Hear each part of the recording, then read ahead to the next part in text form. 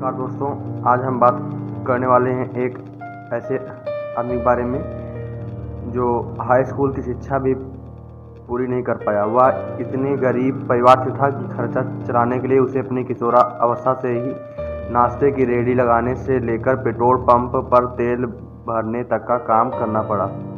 ऐसे लड़के ने जब एक वृद्ध के तौर पर दुनिया को अलविदा कहा तो उसकी संपत्ति का मूल्य 62,000 करोड़ रुपए से भी ज़्यादा था। अगर आप भी इस शख्सियत को नहीं पहचान पाए तो हम बात कर रहे हैं धीरूभाई अंबानी की। एक ऐसा सफल चेहरा जिसने हर एक गरीब को उम्मीद दी कि सफल होने के लिए पैसा नहीं नियत चाहिए, सफलता उन्हीं को मिलती है जो उसके लिए जोखिम उठाते हैं। धीरूभाई ने बार बार साबित किया कि जोखिम लेना व्यवसाय का नहीं, आगे बढ़ने का मंत्र है। चलिए बात करते हैं धीरूभाई अंबानी के बारे में। 28 दिसंबर 1932 को गुजरात के जूनागढ़ के एक छोटे से गांव में धीरजलाल हीरालाल अंबानी का जन्म हुआ। पिता गोवर्धन भाई अंबानी एक टीचर थे। माता जबनाबेन एक सामान्य हाउसवाइफ थी। धीरूभाई के 4 भाई बहन और थे। इतने बड़े परिवार का लालन पालन करना गोवर्धन के लिए सरल काम नहीं था। ऐसा समय आया कि आर्थिक परेशानियों की वजह से धीरूभाई को पढ़ाई बीच में छोड़नी पड़ी और उनकी स्कूल शिक्षा भी अधूरी रह गई। पिता की मदद करने के लिए धीरूभाई ने छोटे मोटे काम करने शुरू कर दिए।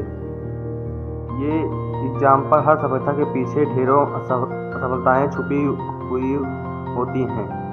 धीरूभाई अंबानी पर एकदम सटीक खरी उतरती है। पढ़ाई छोड़ने के बाद पहले धीरूभाई ने फल और नाश्ता बेचने का काम शुरू किया, लेकिन कुछ खास फायदा नहीं हुआ। उन्होंने दिमाग लगाया और गांव के नज़दीक स्थित धार्मिक पर्यटन स्थल गिरनार में पकौड़े बेचने का काम शुरू किया।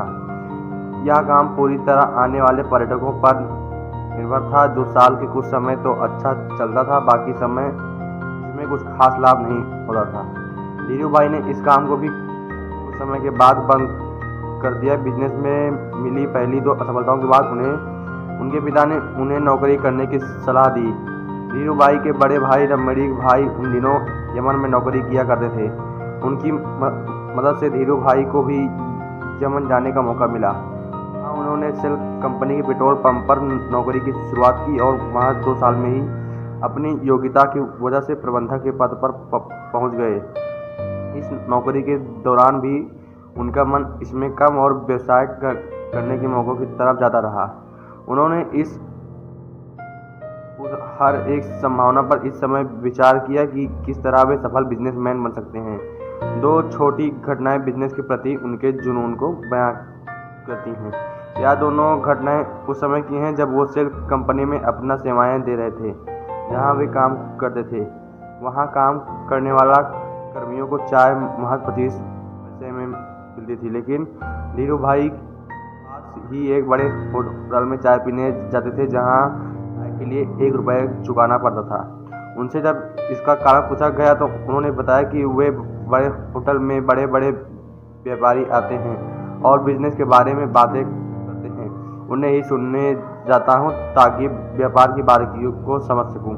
धीरूभाई ने अपने तरीके से बिजनेस मैनेजमेंट की शिक्षा ली, जिन्होंने आगे चलकर और हार्वर्ड से पारंपरिक तरीके से डिग्री लेने वाले को नौकरी पर रखा। इसी तरह से दूसरी घटना उनकी पारखी नज़र और अवसर बुलाने की क्षमता की ओर इशारा करती है। हुआ यूँ कि उन दिनों में यमन में चांदी के सिक्कों का प्रचलन था। धीरूभाई को एहसास हुआ कि इन सिक्कों की चांदी का मूल्य सिक्कों के मूल्य से ज़्यादा है और उन्होंने लंदन की एक कंपनी को इन सिक्कों को गलाकर आपूर्ति करना शुरू कर दी। यमन की सरकार को जब तक इस बात का पता चलता वे अच्छा खासा मुनाफा कमा चुके थे। ये दोनों घटनाएं इशारा कर रही थी कि धीरूभाई अंबानी के पास एक सफल बिजनेसमैन बनने के सारे गुण हैं।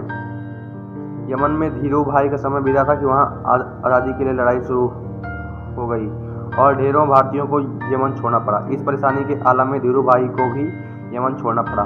भगवान ने एक सफल बिजनेसमैन बनाने के लिए परिस्थितियाँ गढ़नी शुरू कर दी थी। इस नौकरी के चले जाने के बाद उन्होंने नौकरी की जगह बिजनेस करने का निर्णय लिया, लेकिन व्यवसाय शुरू करने के लिए पैसों की जरूरत थी। धीरूभाई के पास निवेश के लिए बड़ी रकम, इसलिए उन्होंने अपने मामा तामड़ी के साथ सालों और शक्कर के व्यापार की शुरुआत की।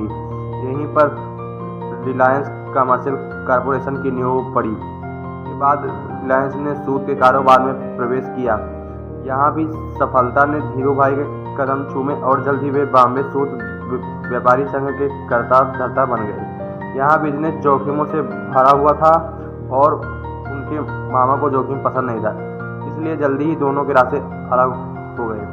इससे रिलायंस पर कोई खास फर्क तो नहीं पड़ा और 1966 में रिलायंस टेक्सटाइल अस्तित्व में आया। इसी साल रिलायंस ने अहमदाबाद के नरोदा में टेक्सटाइल मिल की स्थापना की। विमल की ब्रांडिंग के की गई कि जल्द यह घर घर में पहचाना जाने लगा और विमल का कपड़ा भारतीय नाम बन गया।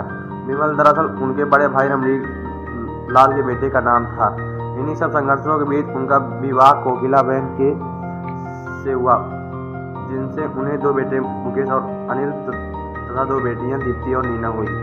उन्होंने इसके बाद कभी पीछे मुड़कर नहीं देखा और रिलायंस के कपड़े के साथ ही पेट्रोलियम और दूरसंचार जैसी कंपनियों के साथ भारत की सबसे बड़ी कंपनी बन गई। सबके बीच धीरू भाई अंबानी पर सरकार की नीतियों का प्रभावित करने और नीतियों की कमियों से लाभ कमाने के आरोप भी लगते रहे। उनके और नुस्ली बटे के बीच होने वाले बिजनेस घमासान पर भी बहुत लिखा गया। उनके जीवन से प्रेरित एक फिल्म गुरु बनाई गई, जिसमें अभिषेक बच्चन ने उनकी भूमिका का निर्वाह किया, जिससे लगातार बढ़ते बिजनेस के बीच उनका स्वास्थ्य खराब हुआ और 6 जुलाई 2002 को उनकी मृत्यु हो गई। मृत्यु के बाद उनके काम को बड़े बेटे मुकेश अंबानी ने संभाला। अब तक के लिए बस इतना ही। मिलते हैं अगली वीडियो में। Wish you all the very best. मैं अखिलेश पोएज मोटिवेशन से आपके लक्ष्य को सपोर्ट करता हूँ।